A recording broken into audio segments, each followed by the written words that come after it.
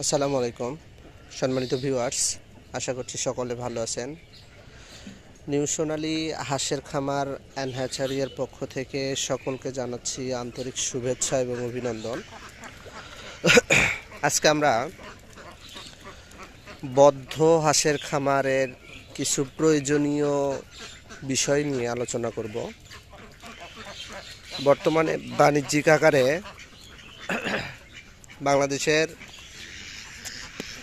বিভিন্ন জেলায় বিভিন্ন স্থানে হাঁস পালন হচ্ছে, কেননা মাংসের এবং হাঁসের ডিমের প্রচুর পরিমাণে চাহিদা রয়েছে। এই চাহিদা পূরণের জন্য বাণিজ্যিক আকারে হাঁস পালন করা হয়ে থাকে বদ্ধ অবস্থায়। বদ্ধ অবস্থায় হাঁস পালনের ক্ষেত্রে কিছু গুরুত্বপূর্ণ নিয়ম কানুন রয়েছে। আপনারা যারা বদ্ধ অবস্থায় নতুনভাবে হাঁস পালন করতে চান বা একদম শুরুর থেকে কিচ্ছু জানেন না, তাদের জন্য আজকের এই ভিডিওটি।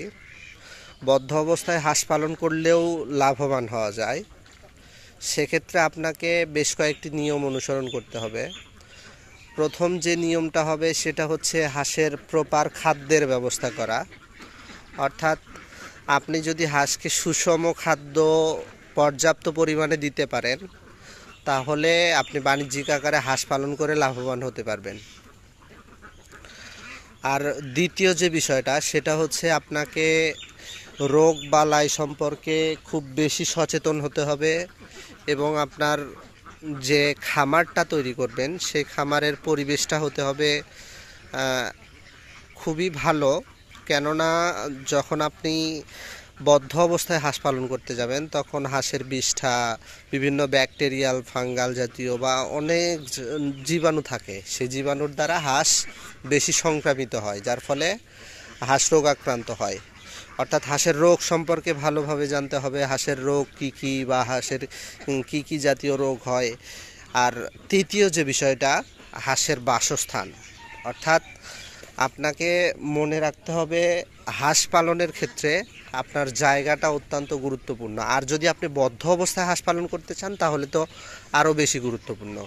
কেননা হাঁস পালনের জন্য নির্দিষ্ট যে পরিমাণে জায়গার প্রয়োজন, আপনাদের সেই সঠিক পরিমাণে জায়গার থাকতে হবে এবং জায়গাটা এমন হতে হবে যাতে আপনার জায়গাটা অপ্রতুল না হয়। অর্থাৎ হাঁস গাদাগাদি করে না থাকে, তাহলে হাঁসের রোগ বালাই কম হবে, হাঁস সুস্থ থাকবে, যার ফলে আপনি বাণিজ্যিক আকারে হাঁস পালন করতে পারবেন বদ্ধ অবস্থায়। এই তিনটি নিয়ম যদি আপনি অনুসরণ করতে পারেন তাহলে আশা করা যায় খুবই ভালো, আপনি ভালো এবং সফল খামারি হতে পারবেন। বদ্ধ অবস্থায় হাঁস পালন করেও লাভবান হতে পারবেন। আর সেক্ষেত্রে আপনার যদি আশেপাশে ফাঁকা জায়গা থাকে তাহলে আপনি সেই ফাঁকা জায়গাতে আপনি দিনের বেলা হাঁস রাখতে পারেন। আর চতুর্থ আরেকটি বিষয় থাকে, সেই বিষয়টি হচ্ছে যে আপনাকে হাঁসের হাউজিংয়ের ব্যবস্থা। অর্থাৎ আপনারা দেখতে পাচ্ছেন আমাদের এই যে হাঁসের খামারে আমরা পানির ব্যবস্থা রাখছি। অর্থাৎ আপনাকে দিনে কমপক্ষে 2 থেকে 3 বার পানি নিষ্কাশনের ব্যবস্থা রাখতে হবে। অর্থাৎ নতুন করে পানি ইউটিলাইজ করতে হবে, নতুন করে দিতে হবে, যার ফলে হাঁসের রোগ বালাই কম হবে। এটা অবশ্যই মনে রাখতে হবে। আমরা দেখেন বাণিজ্যিক আকারে আমরা হাঁস পালন করি, যদিও আমাদের সেটে অল্প পরিমাণে হাঁস রয়েছে, কিন্তু আমরা বদ্ধ অবস্থায় হাঁস পালন করেও লাভবান হচ্ছি। বর্তমানে আমাদের এই সেটে হাঁস রয়েছে প্রায় 600-র মতো। 600-তে আমাদের 80 পিস রয়েছে হাঁসা হাঁস আর 520-টির মতো রয়েছে হাসি হাঁস। আজকে ডিম দিয়েছে আমাদের 420টার মতো। অর্থাৎ মোটামুটি বলা যায় যে 80% ডিম আসছে। অর্থাৎ সেখান থেকে নিশ্চিতভাবে বলা যায় আমাদের এখন প্রতিনিয়ত লাভ হচ্ছে এই বাণিজ্যিক আকারে বা বদ্ধ অবস্থায় হাঁস পালন করে। সেক্ষেত্রে আপনারা বদ্ধ অবস্থায় হাঁস পালন করতে পারেন। হাঁস পালনের জন্য প্রয়োজনীয় যে কোনো ধরনের তথ্য পরামর্শের জন্য আমাদের সাথে সরাসরি যোগাযোগ করতে পারেন। নিউ সোনালী হাঁসের খামার অ্যান্ড হ্যাচারি, গাবতলী উপজেলা, বগুড়া। আমাদের সাথে যোগাযোগের ঠিকানা মোবাইল 01712955197।